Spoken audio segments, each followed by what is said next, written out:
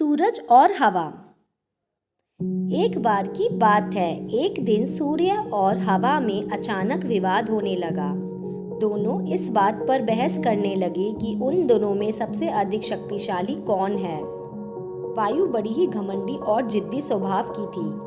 उसे अपनी शक्ति पर बड़ा ही गुरूर था। उसका मानना था कि वह अगर तेज गति से बहने लगे तो बड़े बड़े पेड़ों को उखाड़ सकती है। उसमें मौजूद आर्द्रता नदियों और झीलों के पानी को भी जमा सकती है। अपने इसी घमंड के चलते वायु ने सूर्य से बहस करते हुए कहा, मैं तुमसे ज्यादा शक्तिशाली हूँ। मैं चाहूँ तो किसी को भी अपने झोंके से हिला सकती हूँ। सूर्य ने हवा की बात मानने से इनकार कर दिया और बड़े ही शांत तरीके से कहा, देखो, कभी भी अपने पर घमंड नहीं करना चाहिए। हवा ये सुनकर चिढ़ गई और खुद को ज्यादा शक्तिशाली बताती रही। इस पर दोनों आपस में बहस कर ही रहे थे कि उन्हें तभी रास्ते में एक आदमी दिखाई दिया। उस आदमी ने कोट पहना हुआ था। उसे देखकर सूर्य के मन में एक योजना आई। उसने हवा से कहा, जो भी इस आदमी को उसका कोट उतारने के लिए मजबूर कर देगा, उसे ही अधिक शक्तिशाली माना जाएगा।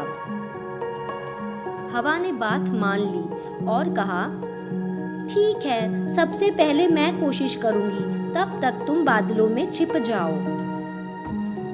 सूर्य बादलों के पीछे छिप गया। फिर हवा बहने लगी। वह धीमे धीमे बहने लगी, लेकिन उस आदमी ने अपना कोट नहीं उतारा। फिर वह तेजी से बहने लगी। हवा तेज होने की वजह से उस आदमी को ठंड लगने लगी और उसने अपने कोट से शरीर को अच्छे से लपेट लिया। बहुत देर तक ठंडी और तेज हवा बहती रही, लेकिन उस आदमी ने अपना कोट नहीं उतारा। अंत में हवा थककर शांत हो गई। इसके बाद सूर्य की बारी आई। वह बादलों से बाहर निकला और हल्की धूप करके चमकने लगा। हल्की धूप होते ही उस व्यक्ति को ठंड के तापमान से थोड़ी राहत मिली, तो उसने अपना कोट ढीला कर दिया।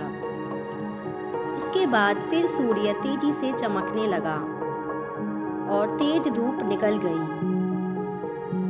तेज धूप होते ही आदमी को गर्मी लगने लगी और उसने अपना कोट उतार दिया।